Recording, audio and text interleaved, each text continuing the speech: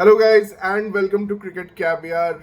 West Indies, how did they manage to choke twice in a game, once with the bat and once with the ball? Is I can't understand. I can't comprehend it. I mean, you are 18 overs, 183 for 4. You are 17.2 overs, 182 for 3. I mean, you have 20 balls and you just score 7 runs in 20 balls in the last 20 balls. And I mean, you could have easily got above 205, and that would have been more than enough for Australia. Even with all the six hitting that Australia did, they were struggling at the end to compete. So but they definitely choked there with the bat, and with the ball, they had Australia at 79 for 4. And I don't know what happened after that. Just too much of short pitched bowling.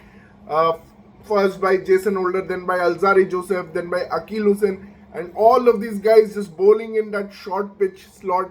And these tall Australian batters were able to treat them as a full ball and able to hit them over the skies. And the ball just travels a long way in Jamaica. I mean, I would like to know from some of the Jamaicans why does the ball travel so big in Jamaica? I mean, Cooper Connolly just hit a six of 100 meters, and let's start from the beginning. I mean, this match, West Indies had Shy Hope opening with Brandon King, and they both started so brilliantly. Then, Brandon King gets out, but Roston Chase comes, and we don't think of Roston Chase as a T20 batter, but he was so smooth, so elegant, just looking like a wow. I mean, what can I say? He just threaded the gaps beautifully, hit some beautiful shots with that Caribbean flair, his languid, body just uncoiling in a beautiful way to hit those shots, and it all looked so going so well for West Indies. Roston Chase scored 60 out of 31. Then comes Shimron Hitmar, and he carries on. West Indies were 10 overs, 103, easily cruising. And even at the 15 over point, you thought, wow, Shai Hope is still batting, and you have Shimron Hitmar still batting. And there is so much of batting to come. And, after that, I don't know just what happened, because, I can understand Sharfane Rutherford, he has a problem with that compulsive hooking. Like, he's a compulsive leg side player. So Sharfane Rutherford has been found out in the IPL as well, when one of the Indian bowlers, Vijay Kumar Vaishak, actually kept bowling outside off stump to him. He just doesn't know what to do when the ball is outside the off stump. He just has to go for his pull shot. Every ball is that same pull shot, and he gets out there, and Jason Holder, I mean, what kind of timid shot was that from Jason Holder?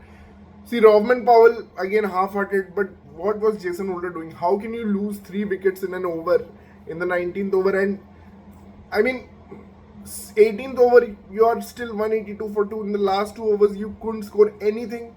Like, last 20 balls, you scored 7 runs. That's unbelievable. What happened in the last...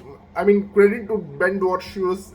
He bowled really well, but you could have scored some runs on the board and, put Australia out of the game. But then comes Australia, and they're having a really poor power play unless there is some short bowling by Alzari Joseph first. After taking a wicket, he bowls so short to Cameron Green, and Cameron Green just punishes them. He's not even set at the crease, and he's able to punish those balls, sends them out of the stratosphere. And you pull things back. You're 79 for 4. And then I don't know what happened. You just allowed Mitch Owen and Cameron Green to flow beautifully in that partnership. Normally you don't expect West Indies to be outnumbered in terms of number of sixes hit, but here Australia just hit double the number of sixes that West Indies did. They scored 17 sixes, West Indies scored 9 sixes, and I think that was the game. But still, you could have won the game at the end with the continuous fall of wickets. I mean, Jason Holder was bowling really... I don't know. I mean, I have a complaint with Jason Holder, really, to be honest. Like, this guy said, 5 years back that I am going to, or 3 years back that I'm going to focus on my T20 game. He stopped playing Test cricket. He was one of the best Test all-rounders around 2016, and then he stopped playing Test cricket and he started to focus on T20 cricket. and then he's been absolutely worst in the T20 format. I mean, his death bowling is just horrific, and I don't know what he contributes with the bat. He's still confused whether he's an all-rounder at all or not. I mean, Andre Russell, the other all-rounder for whom the Jamaican crowd had gathered, and it's his farewell series. He's obviously playing his last two games in Jamaica. We all remember, Andre Russell as the T20 cricketer. Since 2019, he's been exclusively playing only T20 format for West Indies and not playing ODIs, not playing tests. In fact, the only test he played was in 2010 in Sri Lanka, where Chris Gayle scored 300 and he didn't even get to bat. He just picked one wicket of Tilak Ratne Dilshan. That was back in 2010, guys, and he has not played Test cricket since. He's not.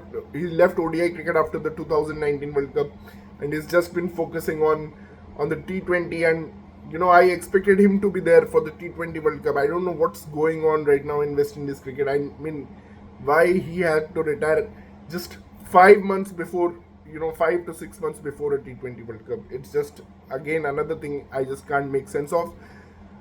But he too bowled poorly today. To be honest, I think the retirement is upon him, the way he's bowling and the way Jason Holder is bowling.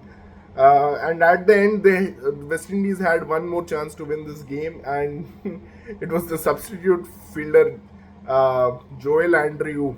Wow, man, I don't even know about this guy, but I had not noticed him in CPL, but I don't know what he was doing there. And if Sean Abbott would have been caught there, so West Indies would have been 8 down, and with Nathan Ellis to bat, and it was difficult. And also I felt that as a captain, I expected Rovman Powell to bring in the field and not give any easy singles, but there were so many easy singles to offer. Just close the field, man, let them take a risk or something, but he didn't close the field at all, and hence that was an easy win there for Australia. Some commendable performances from Australia. Ben Warshius obviously was poor with the new ball, got smacked around by Brandon King, but came very uh, beautifully at the end. I mean, he absolutely caused that damage, which led to West Indies scoring just 7 runs in the last 20 balls. They could not get the finishing touch after having set such a good fundamental base. They were 56 in the power play. At the end of 10 overs, they were 103. At the end of 15 overs, they were 152. At 17.2, they were 182. At 18, they were 184. They just needed last 2 overs of finishing to get this above 200 and close the match, because Australia would have clearly struggled with the loss of wickets. Australia, again, they were 79 for 4. Some careless shots by Josh Inglis, Maxwell. But kudos to the debutant Mitch Owen, and his family was there present in Jamaica to see his girlfriend, his parents. They were very happy to see him perform, and he's the third Australian to actually get a 50 on debut after Ricky Ponting and David Warner. So he's following some legendary names. And what all has happened in the last 7 months for Mitchell Owen, I mean, just see from where he has come and where he has gone. He obviously had a terrific Big Bash League season, and that's why I think other leagues matter. People focus on IPL. I think these other leagues also matter so much. From the journey started from Big Bash, then he got a contract for SA20. He played a little part in SA20. Then he came in as a substitute player for Maxwell in IPL. Got only one game, I guess. He's now getting his Australian debut, and everything has changed in the last 6 months. Obviously, the most iconic moment was his century in the finals of Big Bash League, where he got 100 at a breakneck pace, and he's been playing those kind of knocks where he's 41 of 19, 41 of 20, 36 of 15, like this above 200 strike rate knocks. He's been brilliant, and his six hitting is just brilliant. Like, if you see him, you will think that he'll struggle against spin, but the way he absolutely trashed Akil Hussain today and smashed his short pitch bowling was good to see.